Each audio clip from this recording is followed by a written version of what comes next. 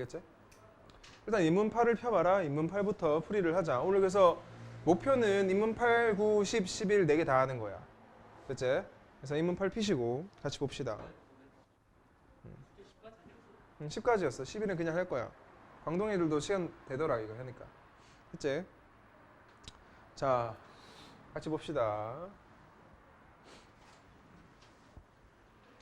그리고 너희 주의해야 될 게 내가 수능 특강을 너희가 시키는 이유가 수능 특강에 있는 지문을 막 그러니까 막 공부하고 학습하는 용으로 산 게 아니라 비문학 글 분석 연습하려고 샀잖아. 이해됐지? 그래서 문제 맞고 틀리고가 중요한 게 아니라 지문을 얼마나 깔끔하게 분석을 잘하냐가 문제인 거지. 알겠나? 그래서 이 지문은 기본적으로 너희 모의고사에 풀게 될 지문보다 쉬워. 그러니까 지문 분석이 굉장히 쉬워져야 된다고 이게. 하고 나서는 말이야. 읽어볼게. 자, 예술은 어떤 활동인가? 대놓고 나왔다. 뭐가 나왔다? Q가 나왔어. 이게 뭐다? 그러면 주제야.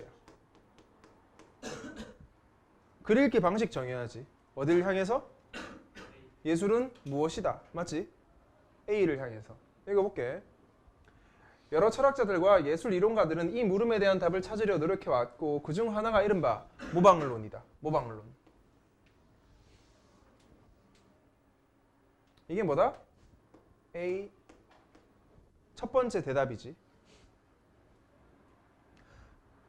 모방론은 예술이 결국 자연을 모방하는 활동이라고 규정하는 이론이래. 밑줄 치면 되겠지? 모방론의 정의. 예술은 결국 자연을 모방하는 활동입니다. 그 다음 학자 아리스토텔레스는 인간이 다른 동물들보다 나은 점은 바로 모방을 한다는 것이다. 인간은 세상에서 가장 모방적인 동물이며 모방에 의해 처음으로 배우게 된다라며 예술이 자연에 대한 모방에서 시작되었다고 주장했다. 그는 예술이 형상에 대한 모방을 통해 있을 수 있는 세계를 표현함으로써 개연성을 지니며 시대를 아우르는 보편성을 획득한다고 보았다. 아리스토텔레스가 두 가지 말을 하지. 뭐라고? 다시 말할게. 형상에 대한 모방을 통해 개연성 얻을 수 있고 보편성 획득할 수 있습니다.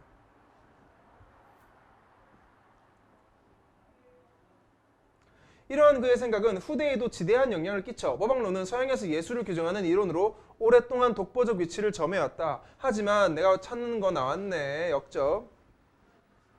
근대에 이르러 헤겔은 두 번째 학자. 자신의 저서인 미학 강의에서 모방론이 예술을 제대로 설명하지 못한다며 모방론을 세 가지 측면에서 비판하였다. 아, 존나 이게 너무너무 중요한 게 나왔네. 탁탁탁. 이게 뭐다? 본론 전개 방식 자체가 안 봐도 어떻게 알겠다? 1번부터 3번까지 비판하겠지. 각 단락을 차지해 주면서. 그러면은 적어도 헤겔이 A 모방론 또는 아리스토텔레스를 비판을 해야 할 거잖아 지금. 맞지? 얘랑은 완전 다른 말을 해야 되는 거야. 이해됐지? 여기서 떠올려줘야 되는 거 적어볼게. 내가 떠올려줘야 되는 거.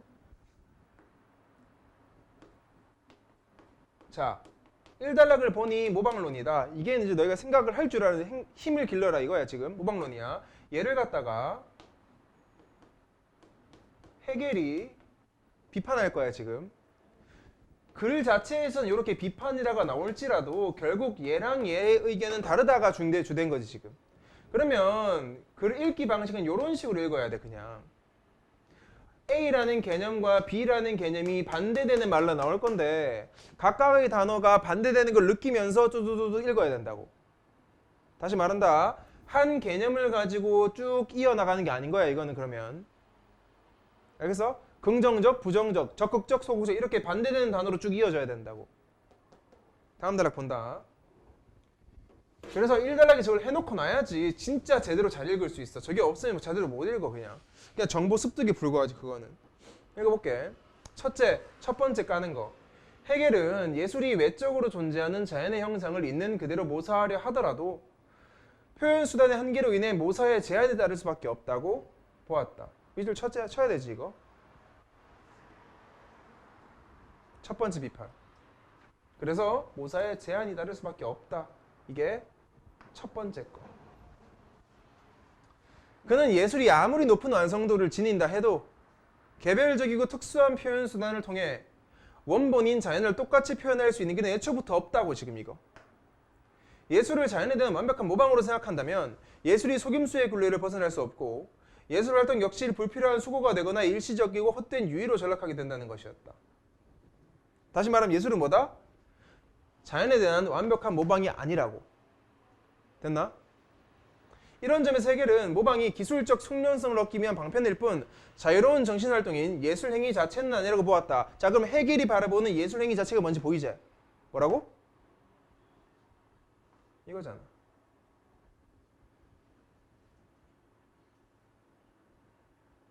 맞지? 해겔에 있어 예술은 이건 거야. 자유로운 정신활동. 모방은 뭐라고? 기술적 숙련성밖에 안 된다고. 그는 인간은 모방보다는 보이지? 보다는 모방이 아니라 스스로 만들어낸 것에 대해 더 큰 기쁨을 갖는다. 스스로 만들어낸 것에 대해 더 큰 기쁨. 인간은 흉내내는 재주를 완성하는 것보다 한 번 더 발명하는 것을 더 자랑스럽게 여깁니다. 뭐라고? 흉내가 아니라 발명이 더 좋다고. 같은 말로 뭐다? 모방이 아니라 스스로 만들어내는 게 더 좋다고. 됐지?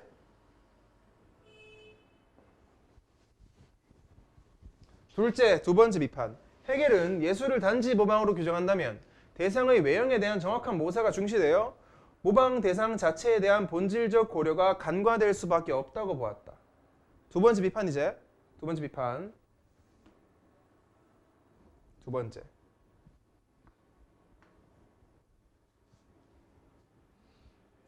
반대되는 말 잘 봐. 외형에 대한 정확한 모사라는 말과 본질적 고려는 반대된다는 거야 지금. 그는 이러한 경우 미의 대상과 내용에 대한 본질적 고려가 사라질 수 있어 모방할 가치가 있는 대상이 무엇인지에 대한 논의나 대상이 지니는 아름다운 자체에 대한 논의가 예술과 관련성이 없는 것처럼 인식될 수 있다고 여겼다. 한 번 더. 대상이 지니는 아름다운 자체에 대한 논의가 바로 이거지. 맞지?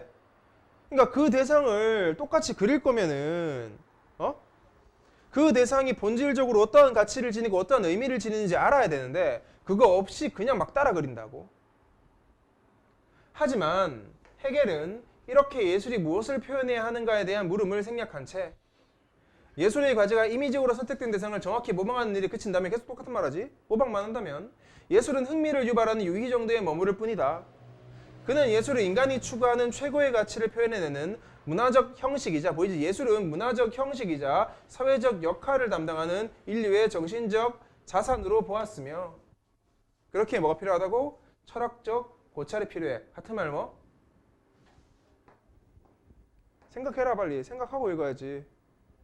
다른 말을 자꾸 적어주잖아. 같은 개념인데. 맞나? 맞나?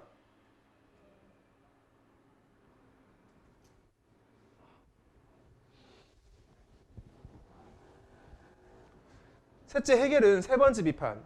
모방론의 타당성을 인정해 준다 하더라도 그 적용 범위가 제한적일 수밖에 없다. 세 번째, 적용 범위 자체가 모방으로 따지면 예술을 너무 제한적으로 바라봐야 된다고. 그는 회화나 조각처럼 자연을 모델로 삼는 예술 분야도 있을 수 있지만 자연에 대한 모방이라는 관점으로 온전히 이해될 수 없는 예술 분야도 있다고 보았다. 자, 앞뒤 다른 말 봐봐. 앞뒤 반대되는 거 뭐 있어? 앞뒤 반대되는 거. 회화나 조각처럼 자연을 모델로 삼을 수도 있지. 그렇지만 이해될 수 없는 예술 분야 있지. 이해될 수 없는 예술 분야도 있다. 이게 밑에 나와 있어. 예를 들어 뭐라고? 건축이나 문학. 건축이나 문학에 적용하려 하면 여러 조건이 붙어 그 원리가 제한될 수밖에 없는데 해겔은 이러한 경우 여러 조건을 붙여 모방의 원리를 적용하더라도 건축에 드러난 숭고함이나 문학작품에 드러난 고통, 슬픔들과 같은 심리적 상태는 원형을 찾기 어렵고 따라서 그것을 모방하는 것은 어려운 일이라고. 그는 내면의 감정이나 사상처럼 모방의 원리로 설명이 되지 않는 요소들을 표현한 작품들도 예술에서 중시되어야 한다고 생각한 것이다. 보이지? 내면의 감정이나 사상처럼 눈에 안 보이는 것들도 예술에서 중시돼야 되지. 근데 모방론에서는 이거 눈에 안 보이는 거 모방할 수 있어 없어? 없으니까 말이야. 그래서 모방론이 적용할 수 있는 범위는 제한적이라고. 어디만? 회화는 똑같이 그리면 되지. 조각도 똑같이 조각을 하면 되잖아. 근데 이건 안 된다고 지금. 문학이나 건축은. 그 다음 거. 헤겔은 예술이 참된 아름다움과 인간이 중시하는 정신적 가치들을 감각적이고 개별적인 방식으로 표현한다고 보았기에 아리스토텔레스처럼 예술을 모방이라는 하나의 원리로 교정하는 것이 타당하지 않다고 생각했다. 자, 한 문장이 끝났는데 중요한 말 더 나왔어. 체크할 단어 뭐 있어? 그치? 이거 체크해줘야 되지. 왜? 앞에 나왔던 단락과 이어줄 수, 연결해줄 수 있는 연결다리 역할을 하잖아. 같은 말로 뭐야? 감정이나 사상 있었지. 이거를 어떻게? 감각적이고 개별적인 방식으로 표현한다고. 뭐랑? 참된 아름다움과 정신적 가치를 표현하는 게 예술이라고. 모방론은 이걸 표현할 수 있었어 없었어? 없었다고. 계속 읽어볼게. 그는 아름다움이 본질적으로 외적인 형상으로부터 탄생한 자연미가 한 번 더 아니라. 보이지? 외적인 형상. 반응을 해야 되는 단어지. 반응을 해야 되지. 인간의 정신으로부터 반응해야 되는 단어지.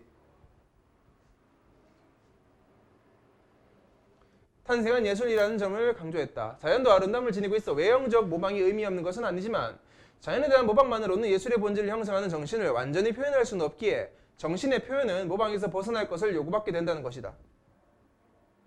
자연에 대한 모방도 가치는 있지. 하지만 정신을 표현할 수 있어야 된다고.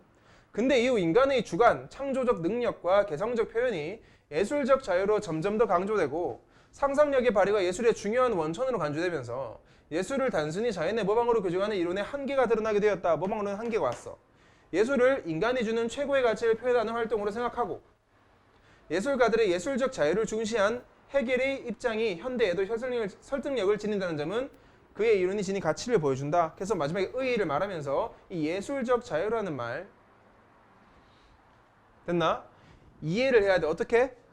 옛날 모방론은 뭐야? 예술가들은 자기의 자유롭게 그리는 게 아니라 걔를 똑같이 그렸어야 되잖아.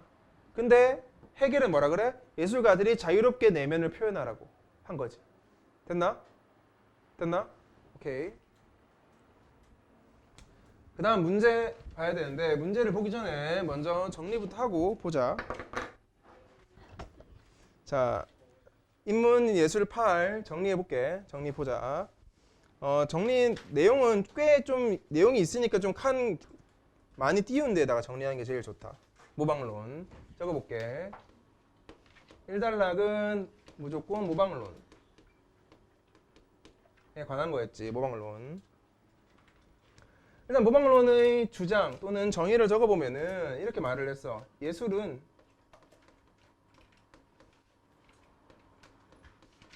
자연을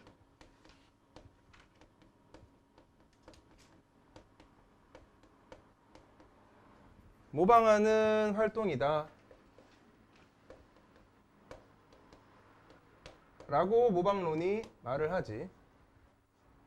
그래서 이렇게 예술이 자연을 모방함으로써 두 가지를 획득할 수 있는데 이거를 통해서 우리는 개연성과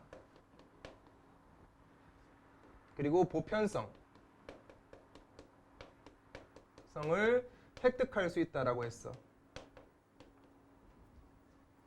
맞지? 근데 이 모방론에 대해서 두 번째 헤겔이 비판을 하지. 그거 아니라고. 헤겔의 비판. 이게 이제 본론 전체였지 사실. 그래서 이걸 갖다가 쌤이 이제 비판 3개를 1번, 2번, 3번으로 정리를 해볼게. 헤겔의 비판 1번. 모방을 하려 하더라도 인간은 표현 수단에 한계가 있다고.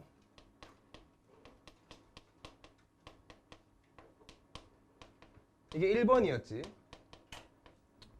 아무리 막 여러 가지 표현 수단이 있더라도 완전 똑같이 하려면 그걸 그대로 갖고 와야 되거든. 그렇기 때문에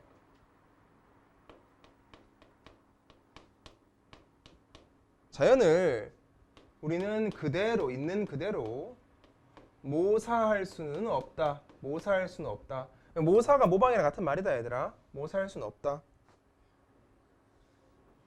그래서 이제 요 비판에서 더 나온 게 해겔은 이렇게 말을 했어. 모방은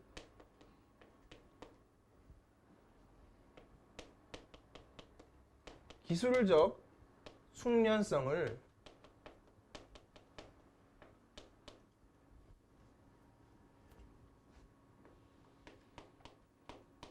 얻기 위한 방편이라 그랬어. 그러니까 미술적인 약간 뭐 기술을 단련하기 위한 방편. 예술은 아니야, 근데. 예술은 아니고. 그래서 마지막에 정의를 내리는 게 인간의 기쁨을 느끼는 거. 예술의 행위를 통해서 기쁨을 느껴야 되는데 모방은 기쁨을 안 준다고. 그래서 이렇게 말을 하지.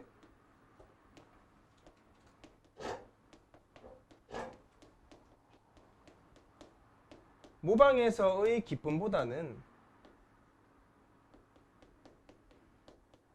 창작에서의 기쁨이 훨씬 크기 때문에 그래서 모방은 진짜 예술은 아니다 라는 거야. 됐지? 두 번째 2번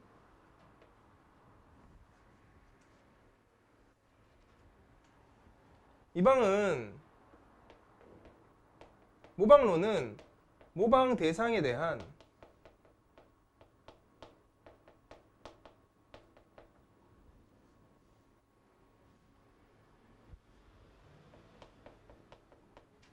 본질적 고려가 없어. 진짜 내가 표현하려는 그 자연물이 본질적으로 어떠한 의미를 지니고 있다가 모르고 그냥 똑같이만 하기 때문에. 그래서 말하는 게 뭐다?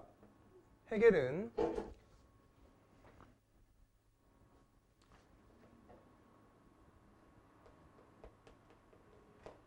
표현 대상에 대해서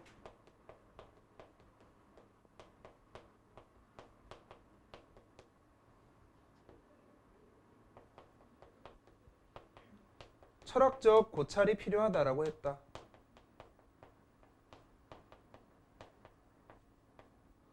다시 말하면 그냥 본질적으로 고려 좀 해라. 그 다음에 예술을 표현해라 이거지.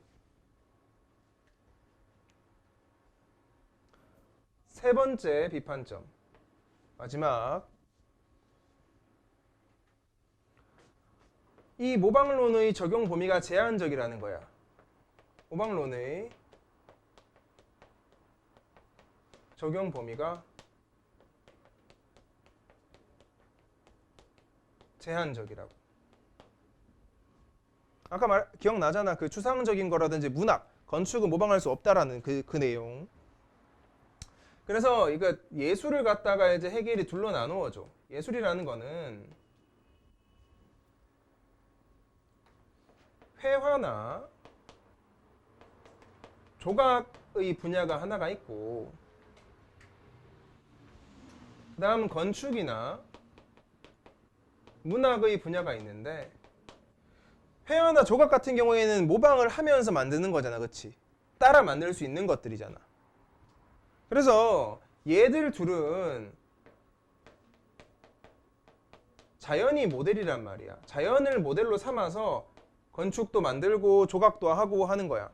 조각도 만들고 회화도 그림도 그리고. 근데 건축이나 문학은 자연과 관련이 없어.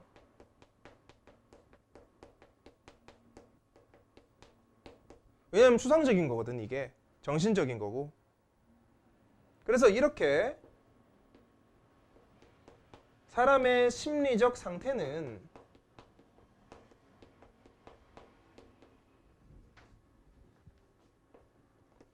모방 자체가 불가하다고 본 거지, 해겔이.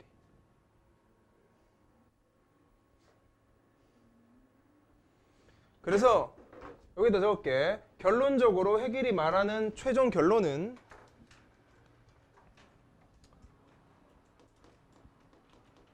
예술이란 아름다움을 표현하는 거다. 이거를 다시 말할때 표현하는 건데, 여기서의 아름다움은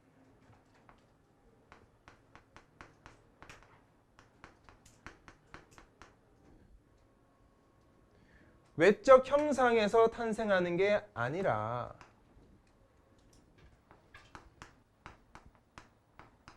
인간의 정신에서 탄생한다고. 그치? 이까지가 우리 첫 번째 한 그 모방론 정리 끝이야. 됐습니까? 자, 문제를 풀어볼게. 1번 문제부터. 윗글에 대한 설명으로 가장 적절한 것 1번. 이 말 무슨 말이라 그랬어 내가?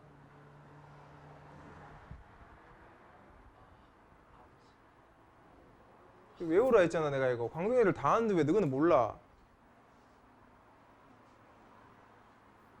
뭐라 했는데? 시간의 흐름에 따른 거. 시대의 흐름에 따라. 맞지? 근데 1번 같은 경우는 절대 아니지. 왜냐하면 만약에 이게 시간의 흐름에 따른 구성이었다면 우리는 어떤 표시를 했다고? 이거 했을 거잖아. 그치? 2번.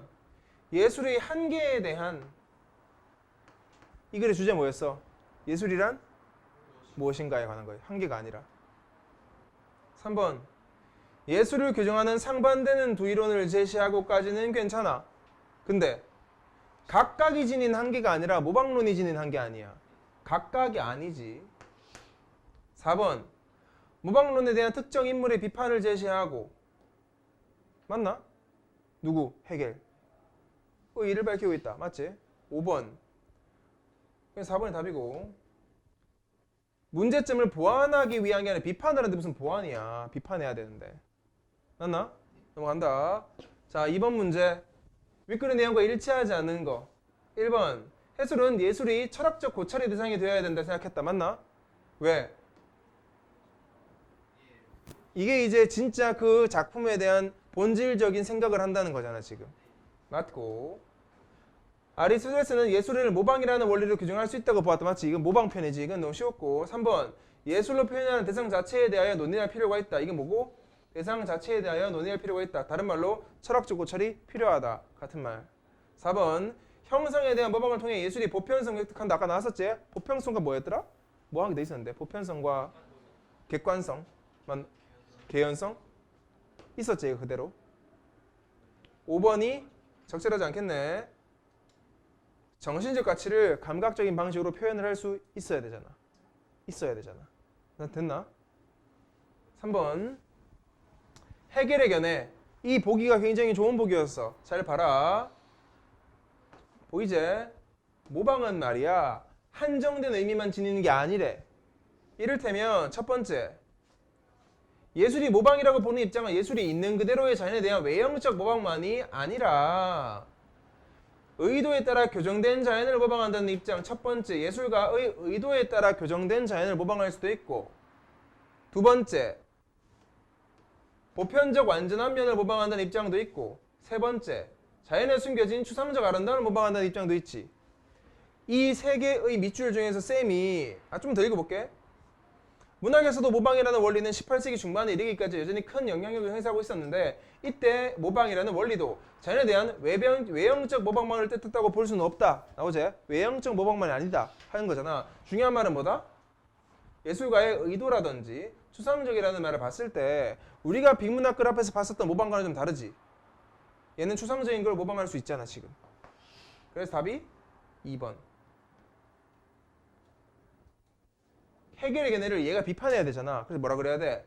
모방이라는 원리가 자연의 외형적 모방을 뜻하지 않는다는 것을 강구하였다. 누가? 해겔이. 해겔은 계속 외형적 모방만 강조했었잖아. 그렇지? 사실 모방은 그게 아닙니다. 이런 여러 가지 다른 모방도 있다라는 거지. 됐나? 다음 기획에 대한 이해. 기획이 뭐야? 기획이 뭐야? 그지? 자연에 대한 모방이라는 관점으로는 온전히 이해될 수 없는 부분이 있지.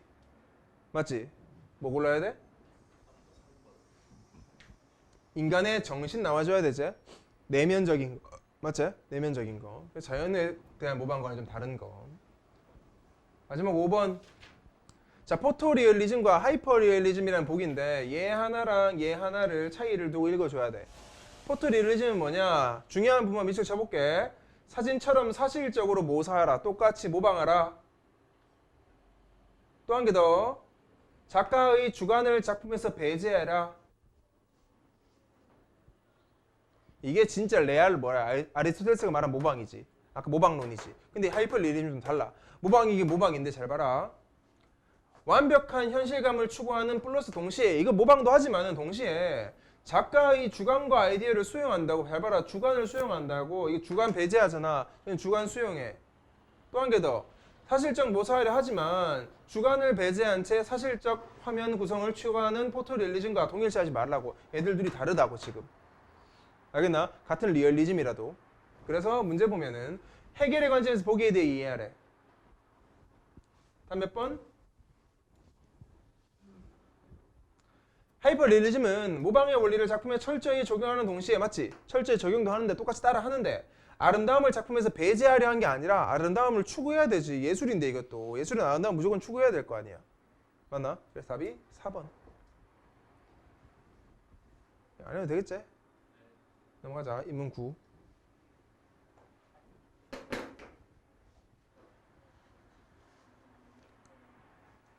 이거 본다. 이거 웹툰에 관한 건데 좀 쉬웠어. 맞지? 이게 제일 쉬웠어. 이건 따로 정리하지 않을 거다. 읽고 문제풀이하고 넘어갈 거야. 됐지? 이거 하고 좀 쉬자. 이거 볼게. 웹툰은 인터넷을 통해 연재되는 만화로 한정된 지면을 활용하는 것이 아니므로 작가가 표현하고자 하는 말을 비교적 제약 없이 표현할 수 있다는 특징을 가진다. 접속사 나왔지? 마킹 되는지 잘 확인해라 얘들아. 무로 한정된 지면 활용이 아니므로 제약 없이 표현할 수 있다는 장점이 있다고. 무한으로 만들 수 있잖아 웹툰을. 그치? 근데 혹시 돈 벌려고 자르긴 하던데. 또한 매체의 특성상 대개의 웹툰은 화면을 하단으로 무한하게 이어나갈 수 있는 형태의 이미지로 그려진다. 그래서 이러한 형태로 그려진 웹툰을 감상할 때 독자는 특정 화면의 꼭대기에서 화면의 아래쪽으로 내려가며 감상하게 된다. 한 번 더 접속사 즉 대개의 웹툰은 화면 전체가 한눈에 들어오지 않으므로 독자는 화면 위쪽에서부터 아래쪽으로 웹툰을 감상할 수밖에 없다. 웹툰의 이러한 특성은 이 특성은 말이야. 작가의 의도를 효과적으로 구현하는 데 활용되기도 한데 우선 나오면 뭐 해야 돼? 이거지. 웹툰에서는 그림 1에서처럼 단절된 두 개의 칸을 통해 밤에서 아침으로 시간이 변화했을 나타낼 수 있다. 두 개의 칸은 이미지 자체는 동일하지만 윗칸은 명도를 어둡게 하여 밤, 아래 칸은 명도를 밝게 하고 빛의 효과를 주어 아침임을 표현했어. 두 칸에 그려진 이미지 사이에 시간적 간극이 표현된 것인데 독자들은 윗칸을 보는 아래 칸을 보면서 시간의 변화를 인지한다고. 지금 중요한 게 뭐냐? 잘 봐라.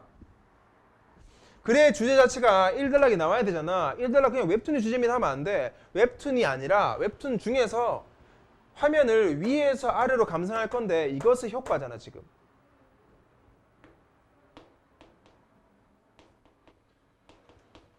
화면이 위에서 아래로 가는 게 웹툰의 특성이지. 이게 웹툰의 특성인데 의 효과를 말하는 게 지금 주제잖아. 그래서 이 효과 1번이 뭐였어? 시간의 변화라고.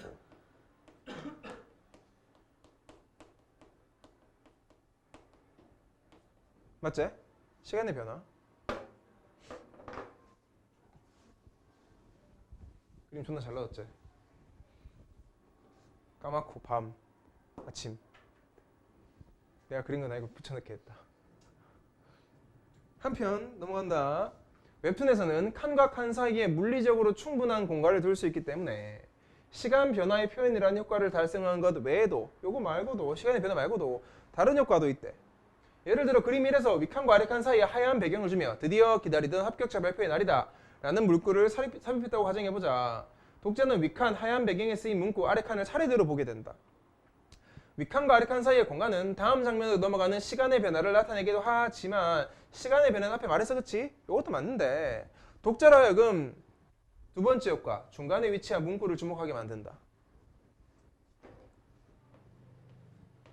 주목하게 만든다. 특히 중요한 표지요.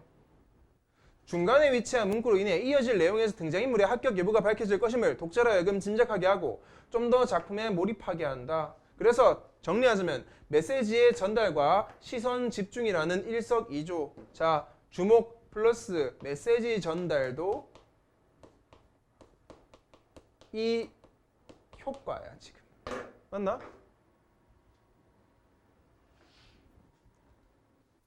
다음 단락.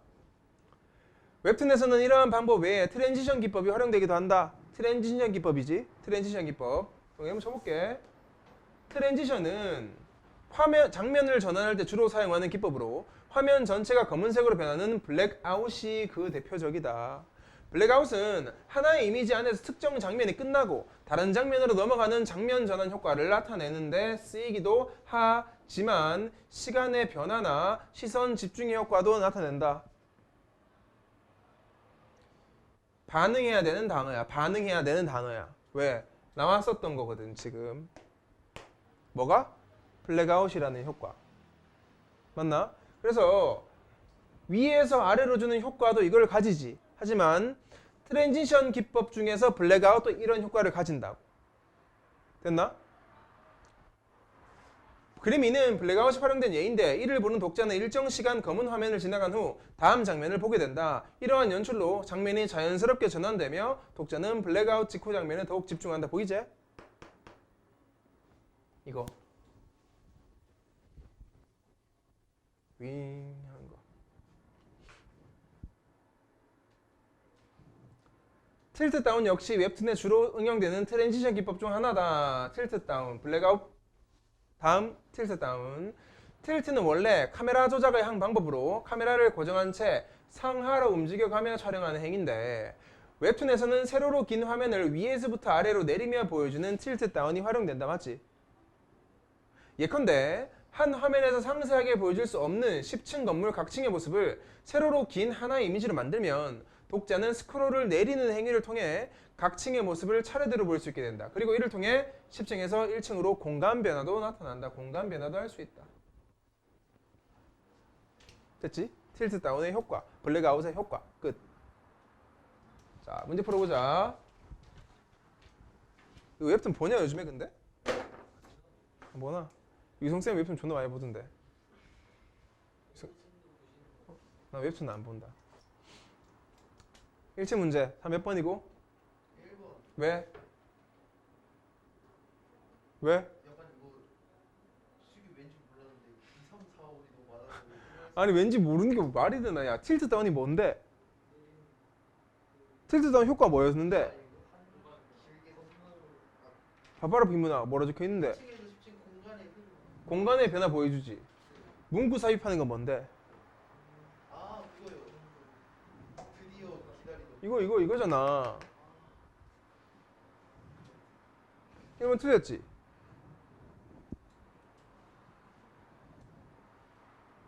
이거 뭐래? 기억. 일정 시간 블랙아웃된 화면을 지나가면 독자는 병원에 있는 현재 시점에서 사고가 난 과거 시점으로 시간이 바뀌었음을 알게 된다. 자, 블랙아웃 효과 뭐라고? 시간의 흐름 보여준다 그랬지. 시간의 흐름. 맞지? 니은 블랙아웃 직전과 직후의 장면이 서로 관련된 것이라면은 블랙아웃 직후 장면을 근거로 남성이 병원에 있는 이유 알 수 있겠지? 너무 상상할 수 있는 거. 디귿 블랙아웃 직전의 장면을 독자가 보고 남성이 병원에 있는 이유를 사고로 인한 거 추측하였다면 이거는 잘 추측한 거지. 답 기억니은 디귿이겠네. 이것도 좀 쉬웠고. 그 다음 질문. 하나, 둘, 세 개.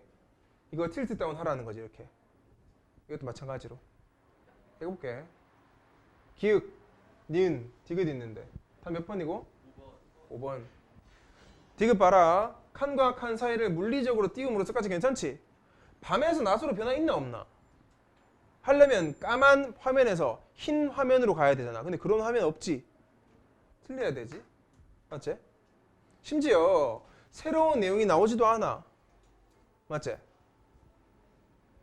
근데 문제가 참 수특인데도 참 쓰레기 같은 거 많이 냈더라고. 6번 문제 보고. 이거 아니 없다. 끝이가? 좀 쉬다가 다음 거 합시다. 자, 읽어볼게. 마찬가지 얘도 문맥적 동의어라든지 단어 개념 잘 찾아서 읽는다. 서양 음악 역사상 음악의 연주에 대한 이론적 연구가 나타난 것은 18세기 이후로 당시 사용되었던 연주란 용어는 연주라는 용어의 정의 연사가 원고를 읽듯이 별다른 숙고 없이 심사숙고할 때 숙고가 생각이지? 생각 없이 문자로 고정된 악보를 객관적으로 소리화하는 것이야. 이런 관점을 지닌 대표적인 이론가는 독일의 작곡가로 명성을 떨쳤던 피츠너. 그는 연주자를 예술작품의 음악적 요구를 표현하는 의무를 가진 사람으로 이해하였기 때문에 피츠너가 생각하는 연주란 작곡가가 쓴 악보를 충실하게 재현하라 이거야 지금. 어떻게 하라고? 별다른 숙고 없이 객관적으로 소리만 내라 이거야 지금. 여기까지 말고도 얘들아 연주자가 힘이 있어 없어? 연주자는 힘이 없어. 연주자는 로봇이야 그냥. 맞지?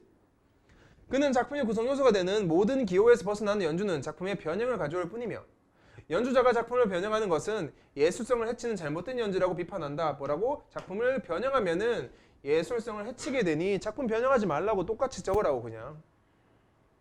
그에게는 오직 정확성만이 기술적으로나 미학적으로 성공한 연주다. 뭐라고? 정확성이 제일 중요해. 정확성이 제일 중요해. 맞나? 이게 누구다? 피츠너였어. 이해됐지? 넘어간다. 그런데 음악 작품이 작곡가로부터 분리되어 존재할 수 있고 음악 작품이 악보와 동일한 것이 아니라 그 의미를 밝혀내는 과정에서 다양하게 재구성될 수 있다는 생각이 받아들여지면서 기존의 연주론을 비판하는 시각이 대두되었다. 자, 내가 반응할 만한 단어가 한 개 나왔어. 뭐 나왔게? 딴 거. 그게 이거 재구성. 다양하게 재구성. 왜? 이게 무슨 말이야? 같은 말로. 변형. 그래. 항상 전에 읽었던 단락과 연결 지을 만한 연결 자리를 찾는 게 제일 중요해. 그래야지 같은 맥락으로 읽을 수 있는 능력이 있는 거거든. 변형할 수 있다고. 이를 대표하는 인물이 파울 베커인데 그의 연주로는 음악이 근원과 본질을 고려할 때 음악 연주는 즉흥예술이라는 관점에서 출발한다. 왜냐하면 음악이란 본래 순간의 울림에서 만들어지는 것이고 음의 순간적인 울림을 통해서만 진정한 의미를 얻을 수 있다고 보았기 때문이다. 진짜 음악은 순간적 울림이래. 이게 뭐라고? 즉흥예술이라고. 그렇지? 이러한 생각을 바탕으로 그는 이상적 연주를 즉흥연주로 설정하고 악보를 청각적으로 완벽하게 재현하는 것을 목표로 삼는 재생산적 연주를 비판한다고. 재생산적 연주를 비판하니 이게 정의가 뭐라고? 악보를 청각적으로 완벽하게 재현하는 거를 비판하지. 어떤 단어 보여? 이거 보이지? 이거니까 이거 누구 거야 이거? 피츠너 거지. 피츠너 거지. 다른 말로 변형하지 말라. 떠올려줘야 되지. 계속. 베커는 악보로 기보된 것 자체는 미완성인 것이고 음악의 반쪽에 불과할 뿐이므로 음악은 연주를 통해 부족한 것이 채워져야 한다. 다른 말로 미완성을 완성으로 이끄는 작업이 뭐다? 연주다.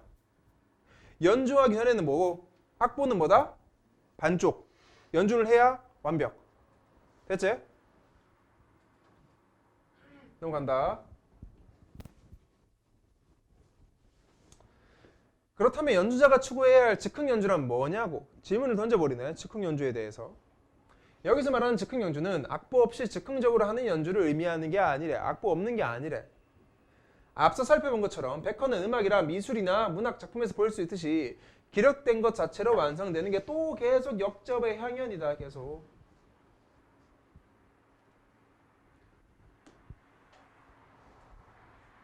뭐라고? 연주를 할 때 맞지? 연주를 할 때 이건 뭐야? 악보. 악보만으로 완성이 아니라 연주를 해야 완성이라고. 즉 작곡가가 예술적 착상을 악보로 기록함으로써 음악의 반이 완성되고 이것이 연주자에 의해 연주될 때 비로소 하나의 작품이 완성된다고 본 것이다. 같은 말이지 이거 어차피. 그렇다면 미완성을 완성으로 끌어올리는 연주자에게는 당연히 우리가 일반적으로 생각하는 것 이상이에요. 뭐라고? 자유가 허용되라고. 다른 말은 뭐다? 변형을 시켜도 아무 말하지 말라고. 따라서 베커에게 있어서 진정한 연주란 연주자의 상상력 그리고 작품 해석의 독립이 보장될 때 나오는 즉흥 연주라고. 다시 말하면 베커가 볼 때는 진짜 진정한 연주는 연주자의 권력이 연주자가 가지는 힘이 커야 되겠지. 맞나? 아까 앞에 있었던 피츠너 같은 경우에는 작곡가 위주였잖아. 얘는 작곡가와 연주자가 함께 가야 되는 거야. 50대 50인 거야 지금 이제. 이로써 연주자는 단순히 작곡가 또는 작품과 청중을 연결해주는 중개자의 역할에 만족하는 것이 또 아니라다. 앞에 뭐? 중개자 역할이 아니라. 그치? 이게 누구 거라고? 중개자는 누구였어? 피츠너였어. 어떻게 하라고? 작곡가와 대등한 위상을 갖는 창조자. 베커의 연주로는 연주자가 작곡가의 종속자로서 작품의 재생산을 목표로 삼는 역할에서 벗어난다. 뭐라고? 종속자가 아니라. 위에 뭐 있었다고? 대등이라고. 종속자가 아니라고. 대등이라고 이거. 그치? 종속자는 얘지. 동등한 위치라고. 됐습니까? 그리 쉽다. 뻔하지. 이런 걸 한두 번 본 것도 아니고. 마지막 단우전은 분석적 해석론이라는 개념을 통해 작품 해석의 이론적 측면과 작품 연주의 실질적 측면을 연결시키려 했다. 잘 봐라. 이론적 측면이랑 실질적 측면을 갖다가 연결시키겠대. 근데 이게 얘들아 하나의 주제에 갑자기 뜬금없이 이딴 거 나오면 안 되지. 그러니까 우리는 생각해야 되는 게 뭐야? 앞에 나왔던 이론을 똑같이 적용하는 것일 뿐이다. 새로운 개념이 아니라는 거야. 그러므로 여기서 나온 이러한 단어들은 새로운 개념으로 인식하는 순간 비문학이 오지게 복잡해진다고. 뭘로 바꿔야 돼 이거?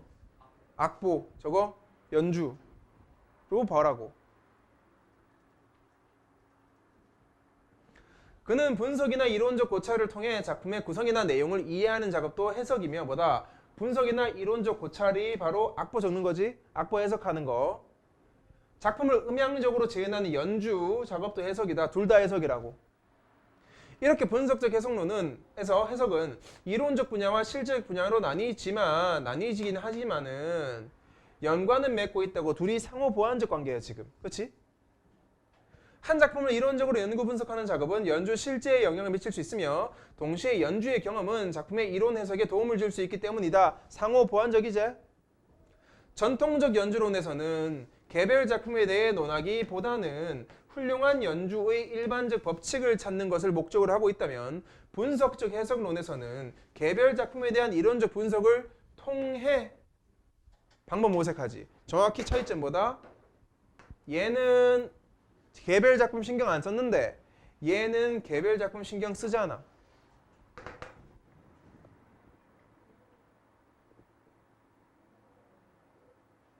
하나 물어보자.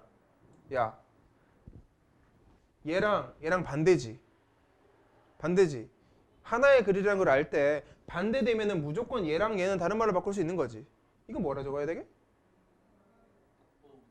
피츠너, 베커.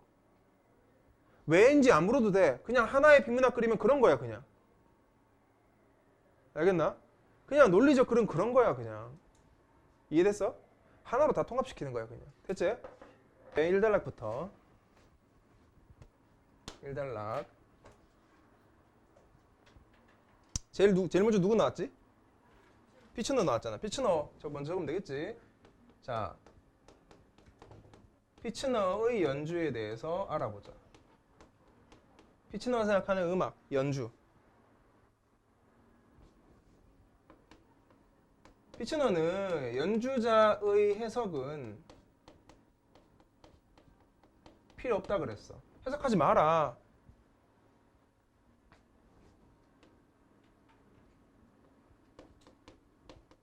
얘는 악보를 충실하게 재연만 하라고.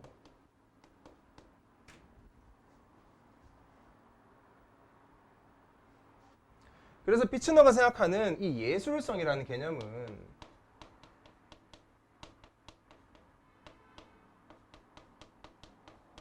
절대 작곡가의 악보에 변형이 있으면 안 되고 굉장히 정확하게 정확성만을 따져서 똑같이 그걸 재현할 수 있냐 없냐만 보는 거예요. 지금 이게 피츠너의 연주야. 기억나지? 그래서 이제 여기에 반발을 하는 게 베커잖아. 지금 베커가 나오지.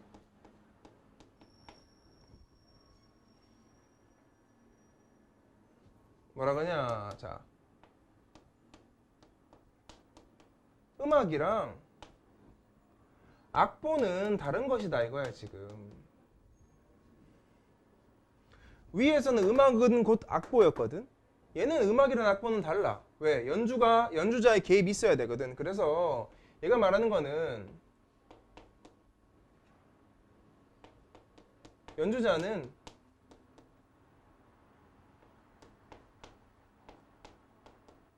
의미를 재구성한다는 거지.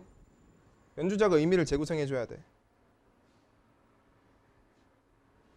그래서 여기서 나온 이제 데이비드의 개념이 첫 번째 위에 이제 재생산적 연주라고 해가지고 피츠너 의견에 가까운 요 연주는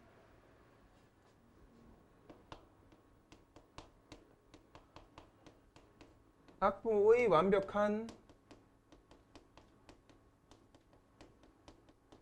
재현이 목표였어. 다시 말하면 피츠너에 가까운데 쌤이 이거 다 피츠너 적기 힘드니까 그냥 얘를 갖다가 A로 두고 얘를 갖다가 B로 둔 다음에 필기를 할게.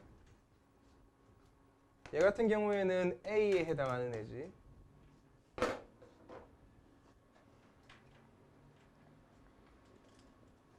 반면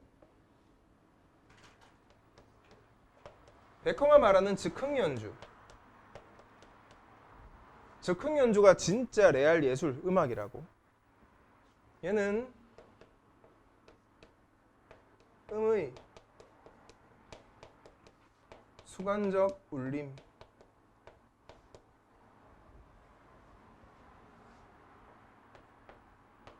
통한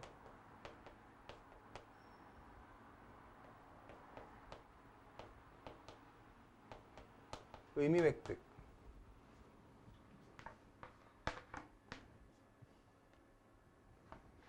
그래서 얘가 말하는 거는 요거였어. 악보가 안 중요하다라는 게 아니야. 작곡가의 악보도 한 50%의 확률을 가지고 있어야 되고 연주자의 연주도 50% 정도의 역할이 있다고. 그래서 이걸 통해서 뭘 말하냐? 연주는 미완을 완성시키는 거라고 했어.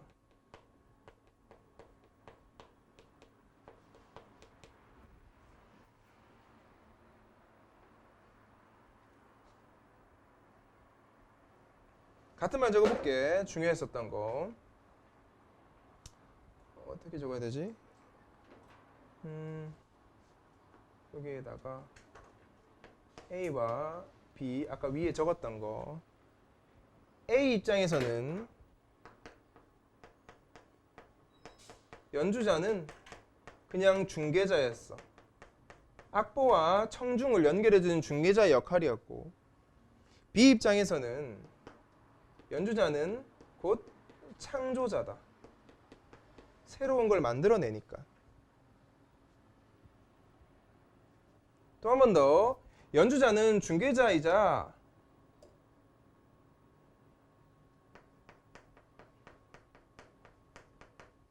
작곡가에 종속되어 있는 거였어.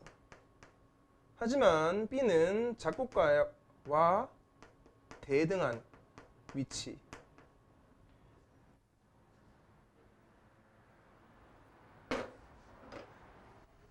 그래서 B에서 뭐라고 했냐?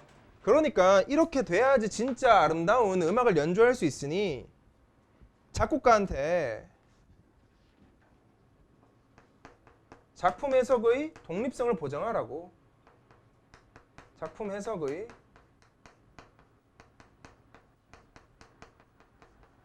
독립성을 보장해라 라고 주장을 한 거지. 이까지가 이제 그 피츠너와 베커를 계속 대비하는 문단까지였어. 근데 제일 마지막 문단에 끝났으면 참 좋겠지만은 뭐라 적혔는지 아나? 헤이 이제 그 빛이 나와 베이커리 이렇게 적혀있어. 뭐야 이거? 3문단에 단우저가 나왔지?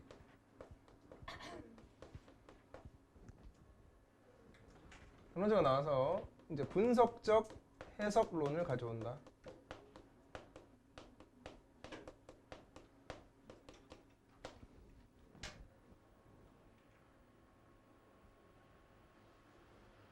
이제 분석적 해석론에서 하고자 하는 게 있잖아. 두 개의 측면을 연결시키는 거잖아.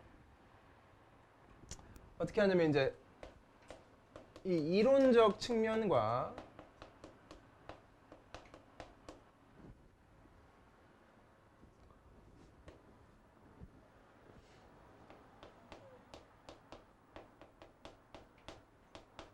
실제적 측면을 갖다가 여기 적어줄게. 그냥 연결을 시키는 작업을 얘기하는데, 이론적 측면이 바로 그 악보의 구성과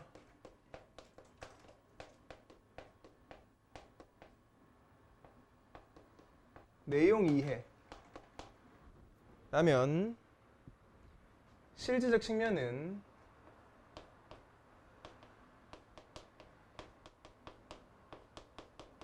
음향적 재현,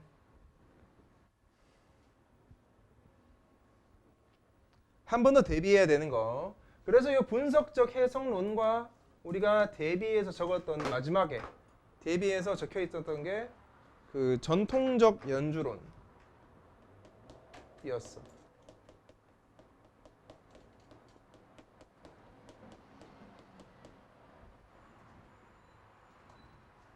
얘는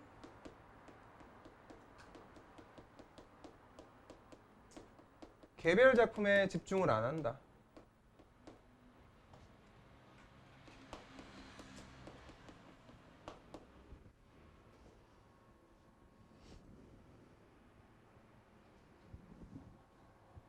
반면 얘는 안 적어도 알겠지 얘들아. 개별 작품에 집중을 하면서 훌륭한 연주 법칙 하는 거고, 얘는 개별 작품 따위에는 집중하지 않는 거. 됐지? 이까지가 방금 한 지문에 대한 해설이다.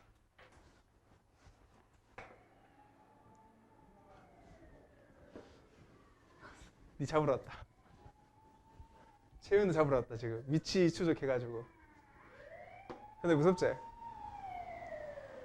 싫어하는 거 아니야? 아 무섭나? 저 잡으러 대박이 계속 있어. 읽어볼게. 나오면 안 돼. 뭔 소리야? 윗글에 대한 이해로 설명을 적절하는 거 몇 번? 자, 1번 왜 틀렸는지 보자. 아이, 볼 게 없네 이거는 그냥. 다양한 이론가 베커랑 피츠너 견해 설명하는 거. 이건 뭐 볼 게 없고. 2번 즉흥 연주에 대한 베커의 생각으로 적절하지 않은 것. 창조적 맞나? 창조적 맞나? 네. 요말과 반대되는 말이 있었지. 뭐라고? 창조가 아니라 재생산적 연주. 2번 미완을 완으로 이끄는 거다. 맞나? 네. 독립 보장되라. 이것도 괜찮지? 중개자로서 맞나? 아니요. 이건 누구 거야? 피츠너 거지. 우리는 뭐라 그래야 돼 이거 대신에? 창조자. 맞나?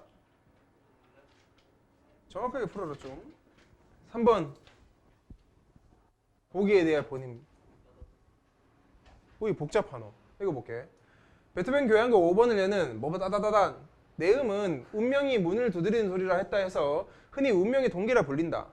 운명의 동기가 나타나는 1악장의 첫 페이지에 베토벤은 알레그로 콤브리오로 연주하라고 적었다. 그리고 그 옆에 정확한 템포를 지시하기 위해 2분음표를 메트로놈에 뭐뭐로 적었다. 정확한 연주로 유명한 지휘자 A는 베토벤이 악보에 쓴 템포 그대로 운명의 동기를 연주하도록 지휘하여 운명이 추적해오는 것 같은 느낌을 구현했다. 반면이 나왔어 얘들아. 이제 대비해본다. A는 어떻게 했다고? 그대로 했어. 근데 B는 어떻게 했어? 분석은 하지. 분석적 해석론 생각나야 되지. 분석한 후 자신만의 해석이 존나 중요한 거. 한음한음 힘있고 또렷하게 표현된 그 소리는 어느 녹구 소리보다 가슴을 울리는 웅장함을 담고 있다는 평가를 받는다. 그래서 B가 더 괜찮다 이거지.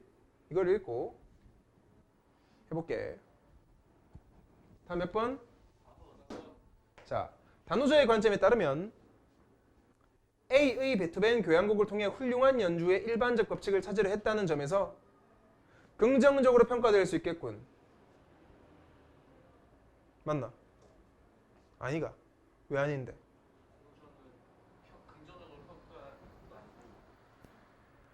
이게 진짜 좋은 문제였는데 모르겠나 왠지.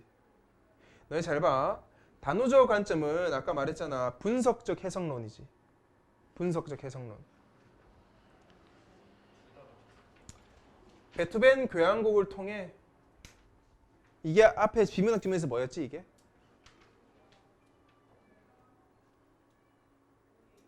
개별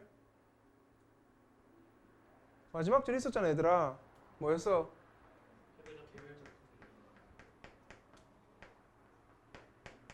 개별 작품을 통해 훌륭한 연주의 일반 법칙을 찾으려 했다. 자, 근데 A는 어떤 그 베커 쪽이야 아니면은 걔 누구냐? 피츠너 쪽이야. A는 피츠너 쪽이지. A는 얘들아 전통적 연주론이야 이거. 그치? 전통적 연주론인데 이걸 했다는 거는 이거는 뭐다? 분석적 연주론이지. 맞나? 분석적 연주론 아니야? 아니 얘들아 왜 어렵나? 맞잖아. 이해돼? 그러니까 매칭이 안 되잖아 지금. A는 전통적 연주론인데 개별 작품을 통해서 봤다는 거 봤을 때 이거는 이 뒤에 있는 말들은 다 분석적 해석론이잖아. 그러니까 틀렸다고. 뭔지도 모르고 풀었나? 그 다음 거 봐라. 음악은 악보 자체로 예술성이 구현되는 것이 아니라 악보가 소리화될 때 구현되는 것이라 할 수 있어. 아까 봤던 거지? 즉 뭐다? 악보도 중요한데 연주도 중요하다 이거잖아 지금. 그런데 음악은 미술, 문학 등의 예술과 달리 일반적으로 B, 연주자가 작품을 바라보는 관점이 중요할 수밖에 없다. 몇 번?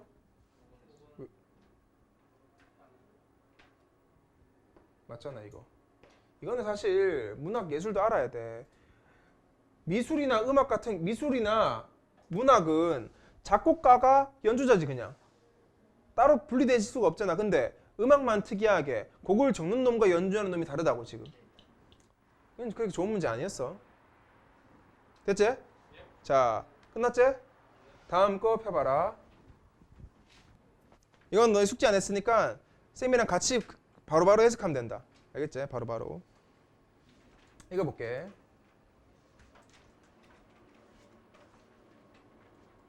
이것도 마찬가지다 얘들아. 힌트를 주자면은 우리가 지금 8, 9, 10 했듯이 자꾸 두 개의 개념 대비하는 그런 글구조가 계속 나오잖아. 인문은 계속 그런 경향이 많거든 지금. 이것도 마찬가지야.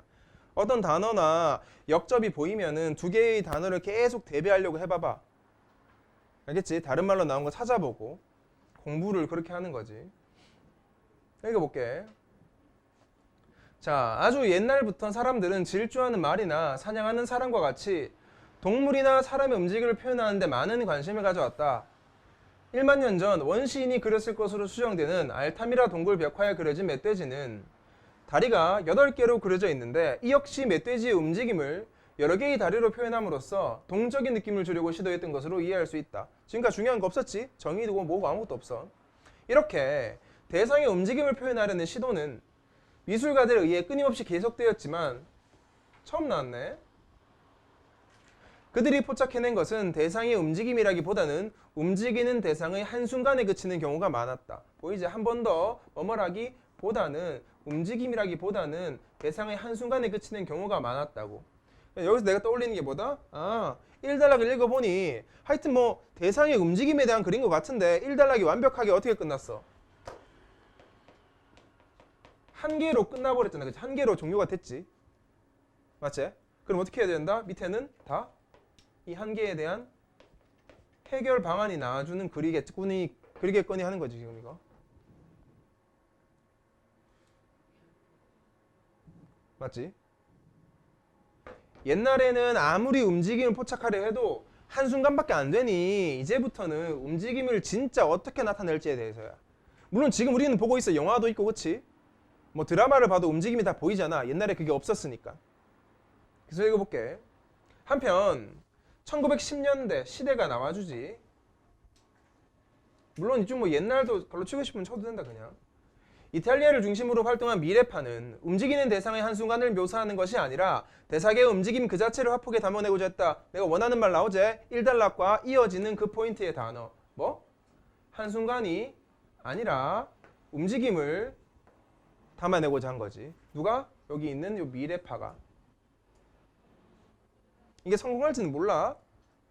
특히 표지어 중요하다 그랬지. 내가 몇 번 강조했었다. 특히 다만 예외적으로 이런 거. 미래파는 새롭게 열린 20세기를 과학 문명의 발달로 인한 초고속 사회로 파악하고 인간의 육체적 한계를 뛰어넘는 기계나 통신의 속도의 미를 이전의 형식과 다르게 표현하려 하였다.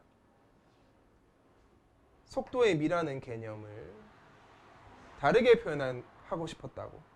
잘 봐. 여기서 그냥 넘어가면 너희 아직도 못하고 있어 얘들아. 같은 말 또 나왔잖아. 뭐 나왔어? 요 말. 이거. 이진의 형식 어땠다고? 이거였다고 이거. 이거였잖아. 움직임 그 자체 나타내줘야지. 그치? 이들은 대상의 진정한 본질을 움직임, 속도, 에너지 등으로 이해하였으며 그것들을 표현하기 위해 회화에 시간적 요소를 도입하는 시도를 했다. 이게 S제. 회화에 시간적 요소를 도입하는 시도를 했다고. 이게 이 한계에 대한 S로 등장을 했잖아. 진짜 해결책인지는 몰라도.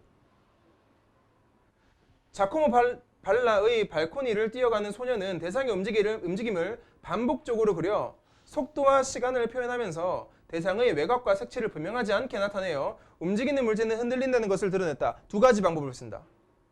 뭐다? 움직임을 반복적으로 그리는 거랑 외곽과 색채를 분명하지 않게 나타내는 이 두 가지 방법을 이용해서 뭐 했다고? 회화에 시간적 요소를 도입하곤 한다. 또는 움직임 자체를 표현하려 한다가 되는 거지 지금. 됐나? 물론 잘 봐. 얘들아 한 개 더 팁을 줄게. 읽을 때 너희가 생각을 하고 있다면 얘들아 2단락 읽고 바로 3단락 그냥 읽어도 되지만 그것보다 훨씬 더 이해 잘 되는 거는 분명히 얘가 한 개가 나왔고 S가 나왔으면 이게 만약에 P와 S의 구조라면 얘들아 얘가 해결하지 못한 건 얘가 해결해 줘야 되잖아. 그럼 얘들 둘도 아까 얘기했지. 이런 차이점이 있을 거 아니야. 그치? 그럼 내가 위에 딱 보는 거지. 여기 보면은 위쪽에 보면은 다리를 8개로 표현하는 게 문제였잖아. 이거는 한순간에 그치니까. 그럼 다리를 8개로 표현하는 거 대신 6개 표현했다고? 움직임을 반복적으로 계속 그린다고. 위에는 하나의 그림 안에 다리만 8개 표현했다면 얘는 여러 개의 그림을 그려서 연속적으로 계속 그린다고 이거. 이해됐나? 이거를 생각해주면은 나중에 뒤에 3점짜리 문제 풀 때 도움이 된다고. 1층 문제는 몰라도. 이게 이해지, 이해. 넘어가 볼게.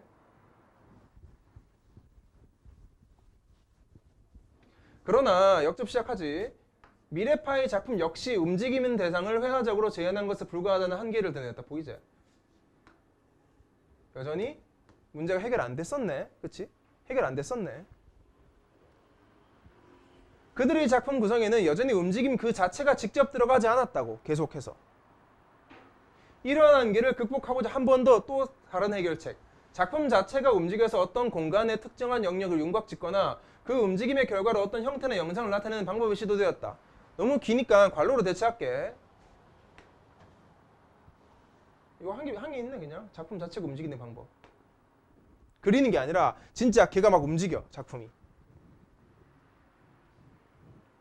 예를 들어 끝에 추를 단 줄을 빠른 속력으로 돌리면 원모형과 같은 형태가 보이기 시작하는데 이는 움직이는 선이 어떤 공간 속에서 특별한 형태를 창조하여 본질적인 생김새를 띠게 되는 것이라 할 수 있다. 말이 좀 어려워. 근데 내가 찾는 게 아니야 지금 이거는.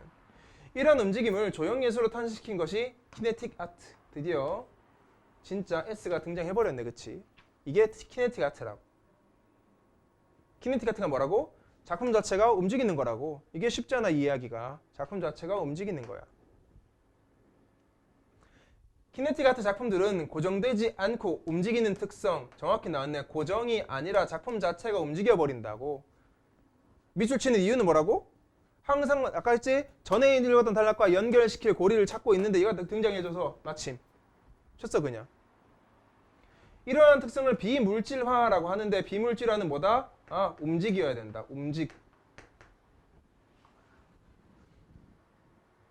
정지된 물체는 고정되어 있기 때문에 물질화되어 있다고 한다면 보이지? 대비되는 단어 체크할 수 있겠지 이제 그치? 정지된 물체는 고정이라서 이건 뭐라고? 물질화라고 한다면 움직이는 물체는 고정되지 않기 때문에 비물질화라고. 됐지? 그럼 이제부터 해보자. 굳이 뭐 좋고 나쁨을 따지자면은 과거에는 모든 게 다 물질화야 비물질화야? 다 물질화인데 이제부터 키네틱 아트는 비물질화된 걸 할 거라고 이제. 나움 가버와 같은 작가들은 학자 작품이 이동하거나 움직이도록 하기 위해 이제 이런 말들 나오지. 쉽게 비물질화하기 위해라고 바꿀 수 있겠지 이제 우리 머릿속에서는. 쉽게 읽자고 이제. 전기 모터 장치를 동력 원으로 활용했다. 반면 알렉산더 칼더는 전기 장치 대신 공기의 흐름으로 작품의 움직임을 유도했다. 근데 딴 거 밑줄 치기 또 생겼어. 반면이 굳이 나왔으니까 앞과 뒤를 대비시켜야 되잖아. 그러면 결국 가보랑 칼더 대비시키라는 거잖아. 그럼 가보 같은 경우에는 뭐다? 전기 모터 장치 활용했다면 얘는 공기의 흐름 활용했네. 이게 두 개 차이점. 밑줄 쳐주고. 그는 원색으로 칠해진 금속판으로 모빌을 만들기 시작했는데 이 금속판들은 막대에 매달려 있으며 어떤 방향으로든지 자유롭게 움직일 수 있도록 마디마디가 나누어져 있다. 따라서 공기의 흐름에 따라 다양한 속도로 부드럽게 흔들리거나 자연스럽게 회전하게 된다. 이미 밑줄 안 치게 그냥 움직인다고 그냥. 움직인다고. 비물질을 한다고. 됐지? 넘어간다. 자, 이러한 방식과 달리 또 세 번째 나오네. 뒤샹. 관람자에 의해 움직이는 작품. 세 명의 작가가 나오는데 다 다른 방식 쓴다. 근데 목표는 똑같아. 다 뭐다? 다 비물질화를 시킬 건데 방식이 다른 거야. 한 명은 전기 모터 사용하고, 두 번째는 공기 흐름 사용하고, 세 번째는 관람자가 움직이게 만들래. 뒤샹의 자전거 바퀴는 관람자가 손으로 바퀴를 회전하도록 한 작품인데 관람자가 바퀴를 돌리는 속도에 따라 바퀴살이 다양한 모습으로 보이게 된다. 또 라파엘 소토 관람자의 움직임에 따라 이번에는 관람자의 움직임에 따라 총 4명이 나오네 이제. 복잡해지지. 근데 밑줄 쳤으니까 외울 필요는 없어. 어른거리는 배경 속에서 일련의 작은 점들이 보이게 하는 작품을 선보이며 자체 속에 변형의 과정을 합성시키려 했다. 끝. 다운표가 있으니 밑줄 쳐줄게. 차이점 다 알겠지 얘들아. 4명의 작가에 대한 차이점. 그 다음에 읽을게. 키네틱 아트는 움직임 자체를 작품으로 끌어들이려는 다양한 시도를 함으로써, 다른 말로 비물질화의 시도를 함으로써, 맞지? 비물질화를 하려 함으로써 미술 작품은 고정되어 있다는 고정관념을 깨뜨렸다. 고정되어 있다는 고정관념을 깨뜨렸다. 다른 말로 물질화되어 있다는 고정관념을 깨뜨린 거지. 또 관찰자에 머물며 수동적으로 작품을 수용하게만 했던 관람자를 보이지? 수동적인 관람자를 능동적 참여자로 변화하게 했다. 딱 봐도 뭐야? 요거 2개 보면 알겠지? 요거 2개 보면 관람자에 의해서 막 바뀌니까 능동적 참여자로 바뀌었잖아 지금. 그뿐만이 아니라 다양한 실험적 예술의 길을 열어주어 뭐뭐뭐뭐 했다. 끝. 됐나? 됐지? 자, 뒤에 문제 넘어가 봅시다. 이 지문도 꽤 괜찮은 지문이었는데 읽기도 어렵지 않고 쉬운 편이지. 정리해볼게. 그럼 이제 2학기 하고 누구 3학년 아이가? 3학년이면 이제 수능 치고 편의점 갈 거 아이가 너 일하러. 그러니까 그 전에 빨리빨리 실력을 쌓아놔야지 편의점이 아니라 과외를 하러 다닐 거 아니야. 나중에 편의점에 하거나 그러면 큰일 난다. 얼마나 불쌍하노. 어차피 해야 되는데. 첫 번째 대로 해볼게. 1단락은 뭐 정리할 게 많이는 없었어. 그냥 움직임 표현에 대한 관심만 있었지.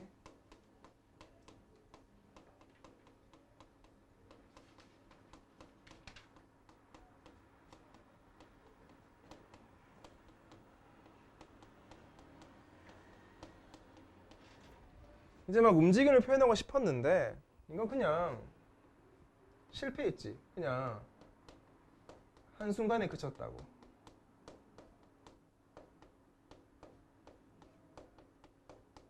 여기서 예시로 나온 게 그거였잖아. 그 돼지 다리 8개로 그리는 거. 멧돼지인가 뭐 그거. 그래서 이제 그나마 얘를 해결하려고 나와준 게 미래파였어.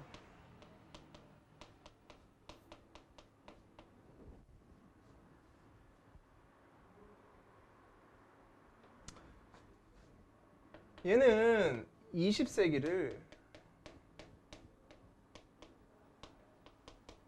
초고속 사회로 파악했지.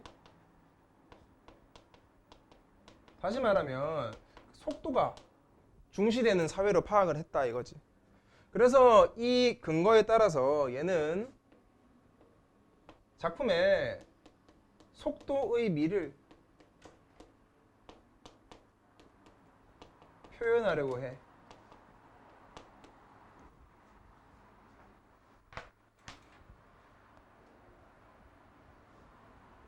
어떻게?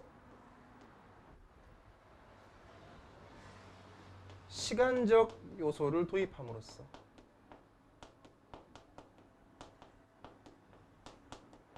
그치? 그래서 여기 있는 그 시간적 요소를 도입한다라는 방식에는 두 가지가 있었잖아, 아까. 첫 번째.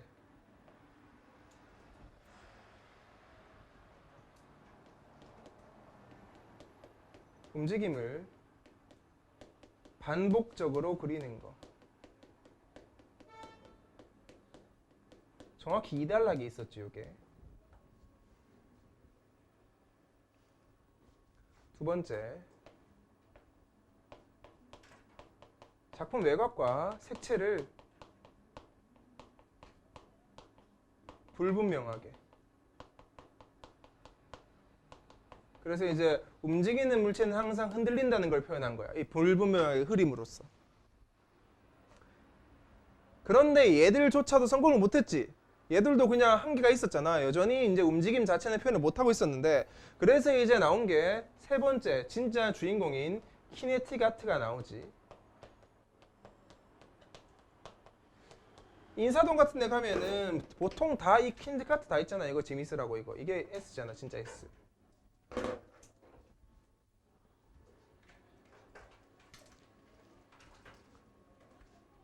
얘들은 미래파의 한계를 극복하는데 이것도 적어줄까 그냥 뭐 얘는 한계를 극복하지 못한다.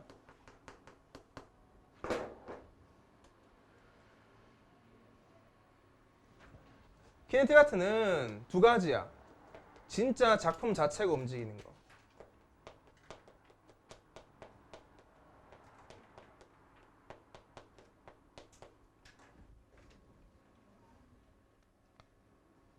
또는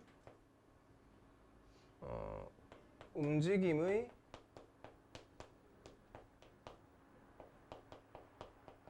결과로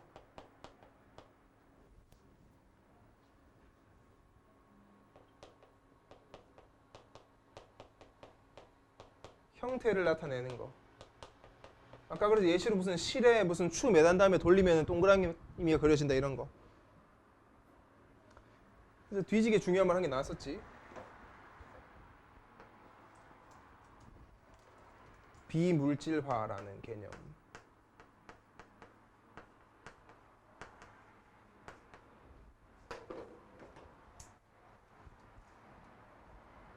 비물질화란 어떠한 물체가 고정되지 않은 거를 말하지. 고정되지 않은 거. 그래서 이 비물질을 나타내기 위해서 4명의 학자가 나온다. 첫 번째.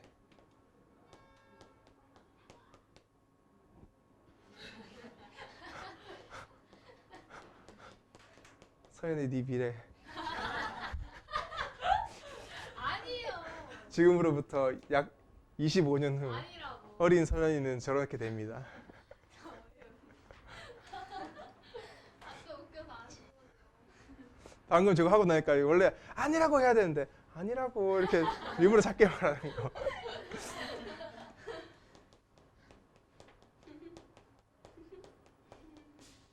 안 써줘. 슬슬 변하고 있다 이제. 우리 아이는 흥분을 해버리면 갑자기 목청이 커지고 그렇지. 두 번째 알렉산더. 얘는 모터 사용 안 한다. 얘 뭐 이용했게? 기억나나? 그치, 공기 흐름. 그래서 모빌 같은 거 있지. 애기들 왜 그 1살, 2살 애들 그 애기 침대 위에 막 달아놓는 거 있지. 그 공기 흐름 그거. 세 번째 뒤샹. 진짜 이름이 뒤샹이다. 마르셀 뒤샹. 얘는 뭐게? 기억 안 나나? 방금 했잖아. 이거 무슨 뇌가 어떻게 됐냐 이거? 관람자가 자전거 바퀴살을 움직인다 했잖아. 그러면 관람자에 의해 움직이는 거. 의해까지만 적을게. 의해 움직이는 거. 마지막 네 번째 소토. 라파엘 소토는 이건 기억나겠지? 방금 했으니까 뭐고?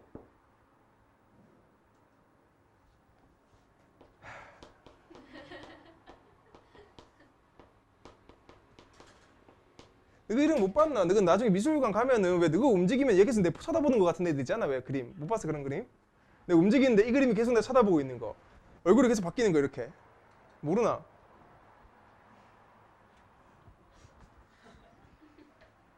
서울에 안 가봤어? 한 번도? 그거 있는데. 이거 있는데 진짜?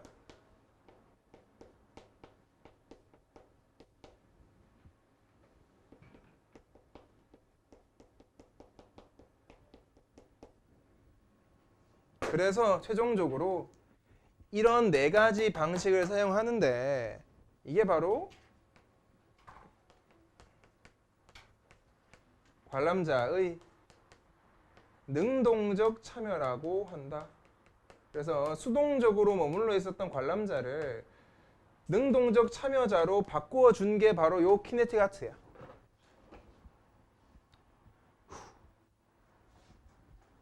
힘들다.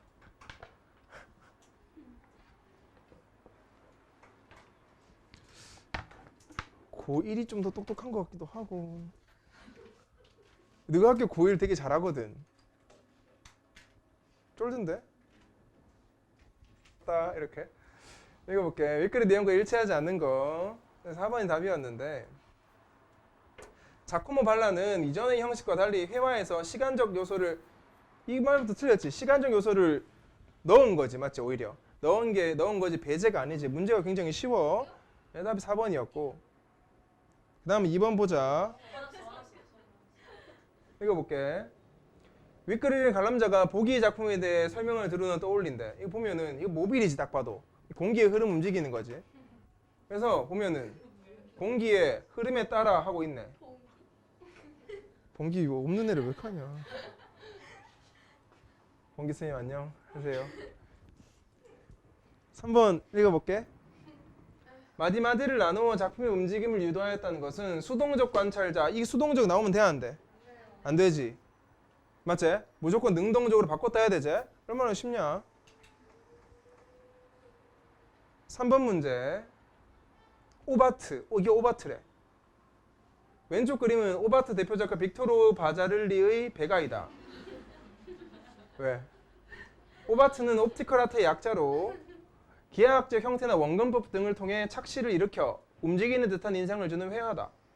오바트는 대상을 사실적으로 묘사하거나 미적으로 표현해내는 전통적 예술 작품과 달리 마찬가지로 과학적 계산한대.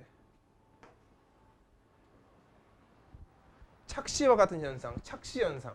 이거를 보자마자 떠올려야 되는 거. 어차피 달리랑 대비돼야 되니까 보이죠 위에. 사실적 묘사가 아니라 착시라고 이거. 진짜처럼 보이면 안 돼.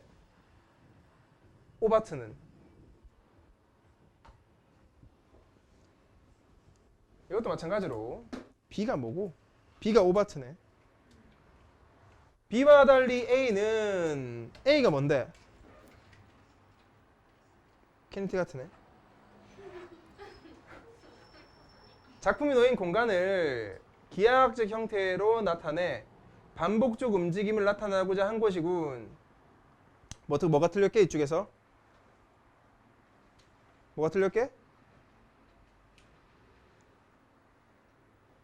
순서 바뀌었지 않나? A와 달리 B로 가야 되는 거 아이가? 맞지? 마지막 기역. 기역이 뭐였냐면은 나타나는. 어디 있는데? 맨 마지막. 아, 나타나게 되는 계기.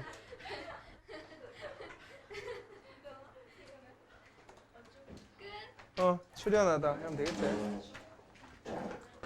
잘 가라.